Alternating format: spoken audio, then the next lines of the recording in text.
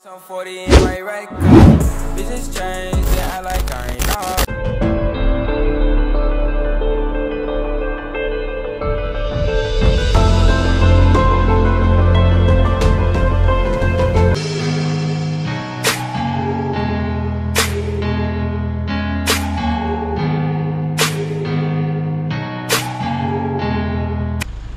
Hello, good morning mga kabayan. Kami ngayon ay alis ni Mrs. mga kabayan dahil kami ay pupunta doon sa seminaryo sa Silang mga kabayan. Dalawin natin yung mga bata doon na nag-aaral sa pagiging pari mga kabayan. At magdala din tayo ng konting pasalubong doon para sa kanila mga kabayan. Alam niyo kabayan, marami tayong kaibigan ng mga kabataan doon na gusto maging pari. Dahil kamakailan lang mga kabayan, mayroon na naman tayong isang kaibigan na bata na kamakailan lang ay naging pari na rin siya mga kabayan. Ngayon, puntahan natin sila doon at dalawin. At kumustahin natin si Father Dong. Shout out sa iyo, Father. Si Father Romnick Sibico ng Agusan. Shout out sa iyo. At congratulations, Father. At isa pa kabayan, yung purpose ng pagpunta namin doon, kasi meron kaming kabayan na kaibigan. Ito ay kumari namin mga kabayan at nagtatrabaho siya ngayon sa Dubai. Meron siyang gustong ipaabot na konting donation doon sa mga kabataan na nag-aaral mga kabayan doon sa seminaryo. Kaya dadalhin natin doon yung kanyang donation mga kabayan. Maraming salamat sa iyo Mare, at sigurado akong matutuwa yung mga bata dito sa iyong munting regalo. Shoutout sa iyo Mare, kay Miss Malo National ng Davao. Maraming salamat sa iyo Mare, at God bless. Pagpalain ka Mare, thank you. Pagkagaling ng seminaryo mga kabayan, kami ay tutuloy doon sa farm dahil marami tayong dadalhin ng mga material doon mga kabayan. Dahil meron akong ginagawa pa doon, marami pa akong dapat gawin doon. Yan, may mga gamit tayo na dadalhin doon mga kabayan. Kaya kawawa yung ating sasakyan, bugbog na naman mga kabayan. Okay lang yan, yan ang purpose niya kabayan. Sige, alis na kami mga kabayan.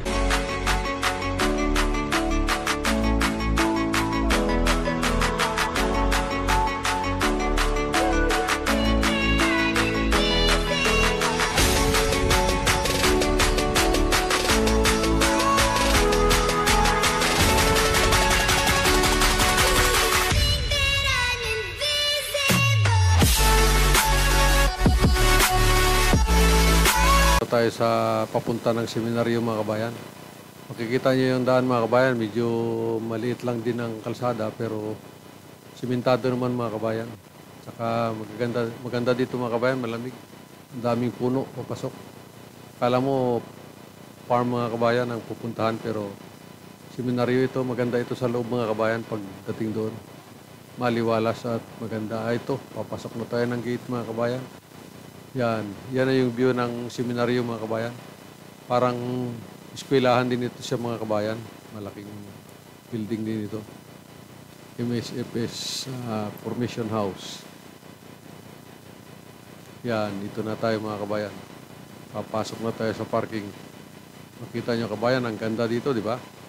Kaya sa mga kabataan na gusto maging pari, dito, pwede kayo dito mga bata, at napakaganda dito, tahimik. At dito mo talaga makikita yung sarili mo mga kabayan. Ito na, nandito na tayo sa parking mga kabayan. Kita nyo na ang ganda, di ba? Maganda dito, maluwag at tahimik. Ang ganda ng palibot, ang ganda ng environment. Marami din dito sa ngayon ang mga kabataan na nag-aaral sa pagiging pari at nanggaling pa sa iba't ibang lugar mga kabayan. Kaya yung mga kabataan dyan na gusto magpari, pwede kayo dito. Kita nyo, ang ganda ng lugar. Ganda. Hanggang doon pa yan? Laki.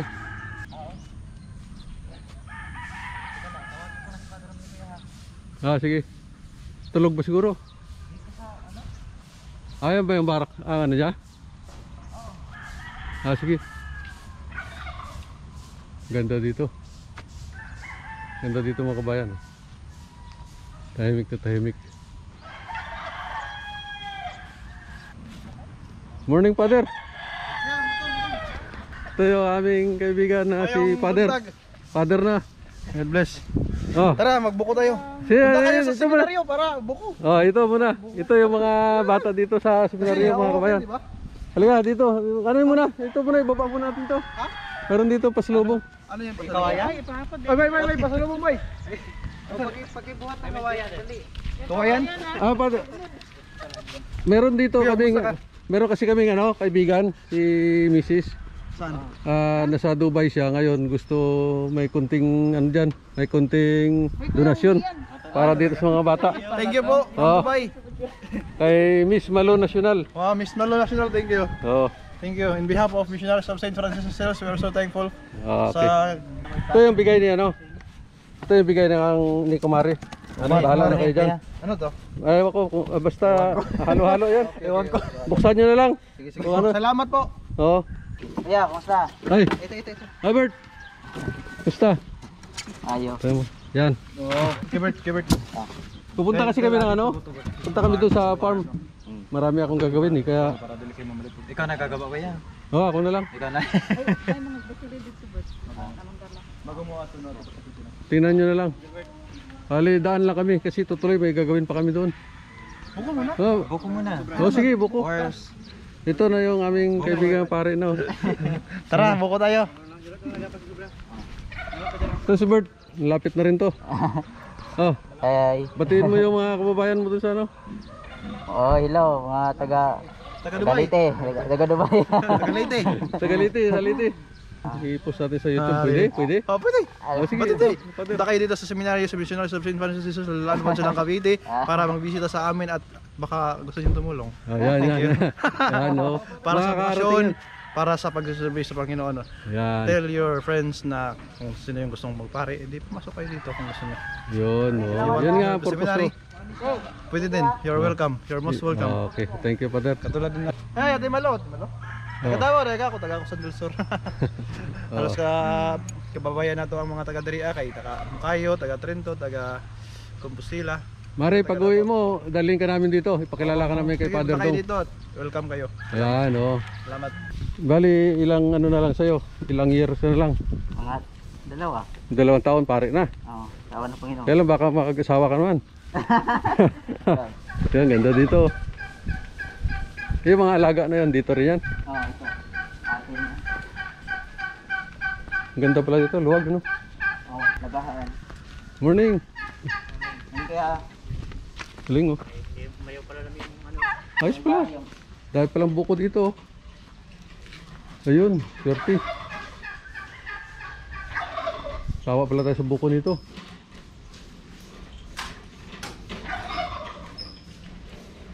Yan. Ano tayo na sabaw ng buko. Ganyan ang buhay dito sa seminaryo, hindi lamang ano kundi para ka ring ano, para rin nasa bahay lang. Magagawa mo rin naman yung gusto, no? Ayan. Wow, sarap. Father, morning. Pasyal kami. You are for... Kailan po kayo nauwi kaya? Noong 17 Ha? January, nag-quarantine pa ng 14 days. Just completed his 14 days. Yeah, Your son is still Saan ka on board? nag-quarantine kuya? Sa No, my sa son hotel, is still tapos in quarantine. tinuloy sa bahay. So, Tin- 4 days ka sa hotel? After 2 days. 9 days. 9 days lang. Tapos another 5 days sa bahay. Okay, that's good. Padre Gino is here. Yes, yes. Okay. Ganda dito, oh. Sarap. Okay lang, Father? Video? Sure, okay lang. Kasi para makita sa ano, So that your friends... makita ng mga kaibigan. Mga kaibigan natin. My best friend Ako. Ayun. sent some amount Ayan, for, kuya is for the seminar. drinking fresh buko. She told Jelvin me is to buy very some. happy. And Roberto also. So, I bought some groceries there. Oh, okay, thank you. Sarap dito. This is course. fresh yesterday. Yeah. Come and bring your friends. Yeah. Ayos pala dito mga kabayan sa seminaryo. Sarap pala dito. Ang dami palang nyug tsaka buko mga kabayan. At ngayon ko lang din nalaman mga kabayan na nagbibinta pala sa ng nyug at tsaka buko. Napakamura lang kabayan. Kaya sa mga kaibigan namin dyan na gusto bumili ng nyug or buko pang konsumo man or pang negosyo, dito pala kayo makakabili kabayan. Napakamura, halos doble ang presyo sa palengke. At makakatulong pa kayo dito sa mga bata na nag-aaral para maging pare mga kabayan. Kontakin nyo lang si Father Dong mga kabayan sa Messenger. Ngayon mga kabayan, dati ang araw hindi nyo na makakilala yan dahil nakasutana na yan.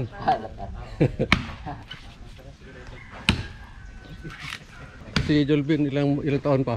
Kami magkakuan kaya, magkabatch kami Berto. Magkabatch? Apo. Sana sabay kayo maging ano ha? Sana kung walang bibitaw. Walang bibitaw pa. Walang bibitaw, lapit na eh. Uwi ka? Kailan?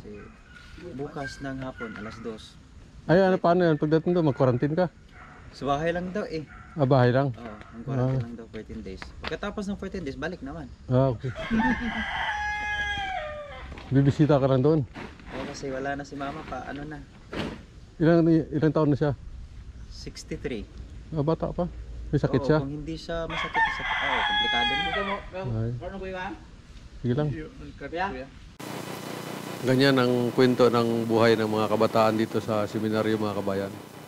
Talagang minsan hindi maiwasan na talagang may mga pinagdadaanan tayo mga kabayan. Kaya kapit lang mga kabayan at magtiwala lang tayo sa Panginoon na maayos din ang lahat. Ibibigay sila sa amin. Take home. Mura. Magkano to sa tig 30? Bili ka? Pare pa makakailangan naman ng gati. Di ba sa tig 500? 30 ka yung eh. Ha? Dito? Paano to sa gitagari ka? Hindi ba yung ibig sabihin na Sabihin mo yung kaibigan doon. yung mga kung sinong Punta sila dito, bili ng buko, 10 buko. Yun nga mga kabayan, tulad ng sinabi ni Father Dong, punta kayo dito sa seminaryo at bumili ng buko tsaka niyog mga kabayan. Dahil napakamura mga kabayan, doble ang presyo kumpara sa palengke mga kabayan. At marami pa kayong batang matutulungan sa magiging pare mga kabayan. Maganda naman ang daan dito mga kabayan at pasok nyo sa sasakyan. Kung maramihan ang bibili nyo, walang problema. Kaya kontakin nyo lang si Father Dong mga kabayan sa kanyang Messenger. Diyan naman yan, makikita nyo lang. Si Father Romnick, si Biko mga kabayan. Makikita niya sa Facebook at saka Messenger. Pero pang tree house oh. Sino natutulog dito Dong? May tree house pa. Pasyalan lang yan.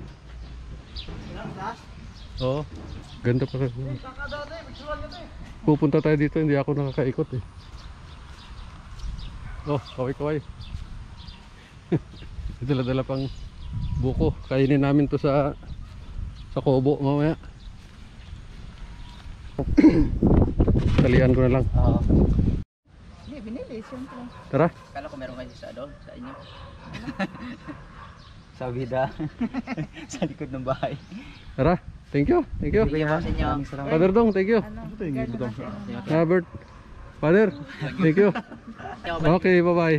Balik kayo ulit. Oh, sige. Balik lang kuya. Okay. Okay lang to ha, sa YouTube.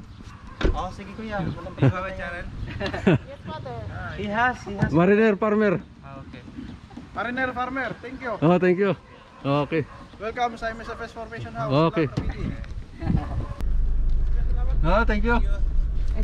Umalis na kami kabayan at tutuloy tayo doon sa aking kubo mga kabayan sa GL Farm kasi marami pa tayong dapat gawin doon mga kabayan at may dala tayong materialis mga kabayan para doon sa mga project ko kabayan. Tara, tuloy na tayo doon mga kabayan.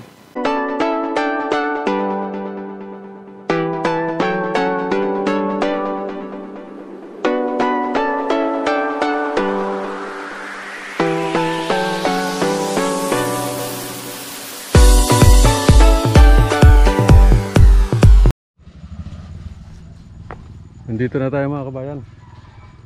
Ito, marami tayong bubuhatin, papasok. Kasi hindi natin maipasok yung sasakyan mga kabayan. Kakain muna kami mga kabayan. Dahil gutom na. Hindi tayo makapagluto mga kabayan, kaya bumili na kami ng luto na.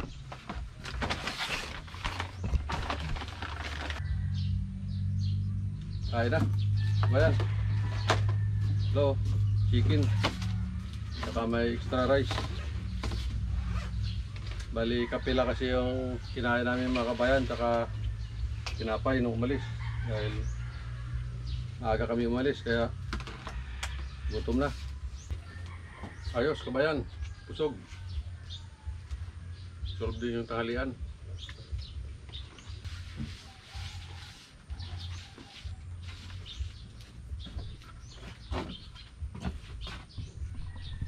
Survive.